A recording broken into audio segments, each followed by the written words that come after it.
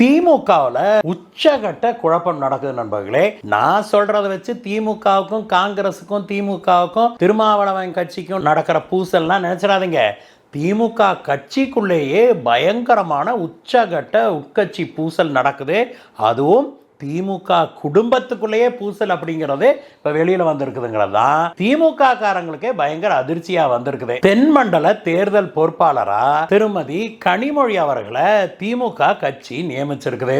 அதனால அவர் தென்மண்டலத்தில் போய் பம்பரமா வேலை செஞ்சுட்டு இருக்கிறாரு அப்படிங்கிறத பாக்குறோம். ஆனா அவர் இப்படி பம்பரமா வேலை செய்யறது அவர் குடும்பத்துக்குள்ளேயே திமுக குடும்பத்துக்குள்ளேயே சிலருக்கு பொறுக்கல அப்படிங்கிற மாதிரி செய்திகள் வெளிவந்திருக்குது. முதல்வர் ஸ்டாலின் அவர்களுடைய மருமகனான சபரீசன் இப்போ உள்ள பூந்து உள்ளடி வேலைகளை செய்யறாரு அப்படிங்கிற செய்தி அதிர்ச்சியாக வந்திருக்குது கனிமொழி கோஷ்டியினருக்கு அப்படின்னு சொல்றாங்க. தூத்துக்குடி மாவட்டம், நெல்லை மாவட்டம், தென்காசி மாவட்டத்தில எல்லாம் தான் தேர்தல் பொறுப்பாளர் அப்படின்னு கனிமொழி அவர்கள் தீவிரமாக பணியாற்றி இருக்கிற இந்த சமயத்துல 2 நாளைக்கு முன்னாடி முதல்வர் ஸ்டாலின் அவர்களுடைய மருமகன் சபரீசன் அங்க வந்து இறங்குறாரு. எங்க தூத்துக்குடிக்கு வந்து இறங்குறாரு. அங்க ரூம் போட்டு தங்கின மனுஷன் அந்த மாவட்டத்து பொறுப்பாளர்களை அழைச்சு சீக்கிரட்டா மீட்டிங் போட ஆரம்பிச்சிருக்கிறாரு.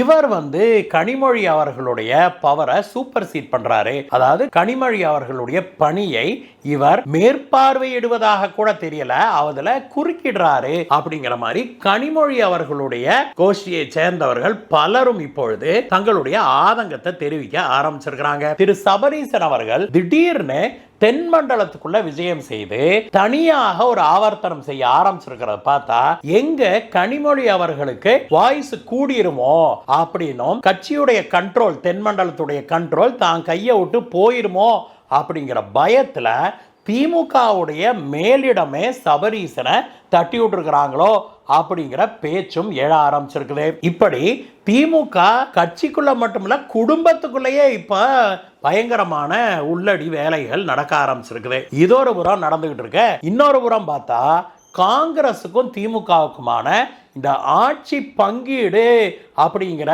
மோதல் இருக்குது இல்லையா, அது வந்து பயங்கர உச்சகட்டத்தை நோக்கி போய்கிட்டு இருக்குது. காங்கிரஸ்ல திமுகவோடு பேச்சுவார்த்தை நடத்துறதுக்கு ஒரு கமிட்டியை போட்டு பல காலம் ஆச்சு. ஆனா அந்த கமிட்டி யாருகிட்ட போய் பேசுறது? திமுகவிலையும் அதற்கு ஒரு கமிட்டி அமைப்பாங்க அப்படின்னு இவங்களும் இளவு காத்த கிளியை போல வழி மேல வெளி வச்சு காத்துக்கிட்டே கிடக்குறாங்க.